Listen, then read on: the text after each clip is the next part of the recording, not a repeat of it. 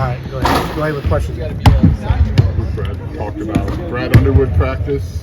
What does that entail? Yeah, it's a lot of sore bodies after that practice, I'm not going to lie. But it's good. It's something that we need. You know, we have a couple of those every year when we feel like we need them, and it's something that gets our team ready for the next game, you know. Coming off of a game where, you know, we should have won, made some mistakes as a team. You know, practices like that only prepare us for the next game to make us better. What is it about them? How do they make you better? Is it just the coming togetherness? Is it what you actually do on the floor? Like, what is it about them? Yeah, it's just getting back to us, playing hard, man. I mean, we were out there in practice longer than we usually are. We practice way harder than we usually do. It's just one of those that is get back to our fundamentals, get back to what we do right. You know, get back to the toughness, work hard in practice. You know, it doesn't really matter if we came off a road trip. It's just one of those that, you know, you got to take pride in what you do and get better. Luke, what's the vibe like around the team? Does a loss like that linger at all, or you just gotta put it behind you?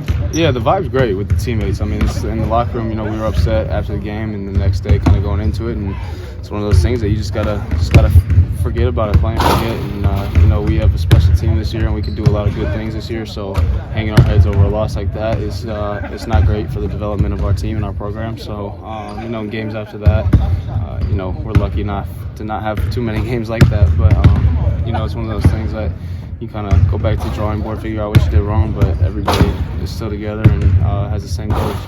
Luke, if you could pin down defensively, you know, summarize like what's been going on the last few weeks, how would you do that? Like, yeah, I mean, I think it's a culmination of things. You know, I think some of our defensive coverages have just been a little bit different, and we just got to get back to doing what we were doing at the beginning of the season, and that's just the honest truth about it. You know, you watch the Tennessee film and stuff like that. We were top 10 defense in the country. We were guarding our butts off, and we just got to get back to that, really. And I don't know if it's you know, just the difference of our offense is really good, so our defense is dropping off, or we just don't take as much pride. I don't honestly know what it is, but, you know, there's a lot of things that we have addressed, and I think it's going to be great, and, you know, we're going to be a lot better moving forward.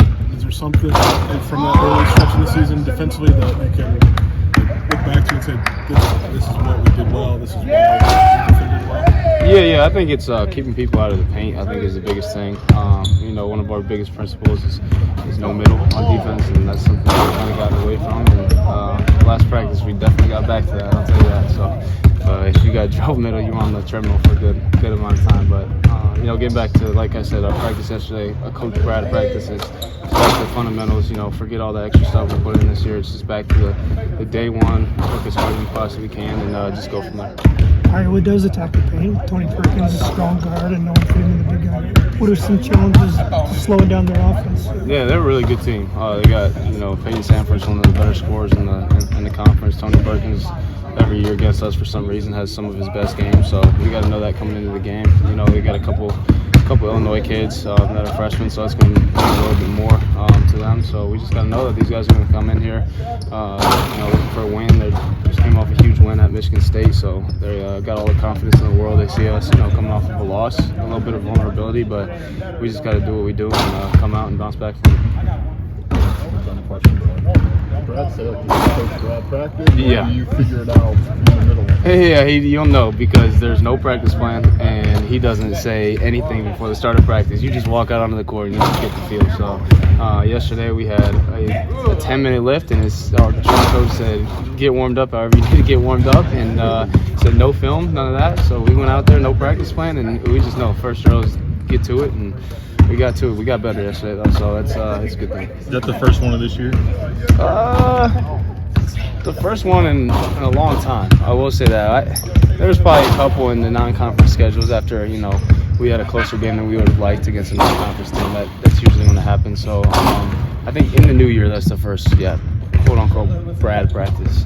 When you talk about not watching the film, there's no really need to rehash some of that. Like, what's the value for you guys as players to just put that away and not circle back? Yeah, well, he knows, like, most of the guys watch film by themselves. You know, I was up after we got home watching it on YouTube TV, just watching the last, you know, couple minutes of the game. And, you know, in games like that, it's not necessarily like the bits and pieces that we did wrong. It's just like a collective, like we did everything wrong. So it's one of those that, okay, we did everything wrong. We need to get in the gym as a team, do everything right, and the good things are going to happen. That's basically like the premise of that game. So not watching film is not necessarily, you know, a bad thing, but it gives the guys kind of their own way to break it down, and then it's just like a message to the team, like, listen, we really bad, and we're going to get back to being really good.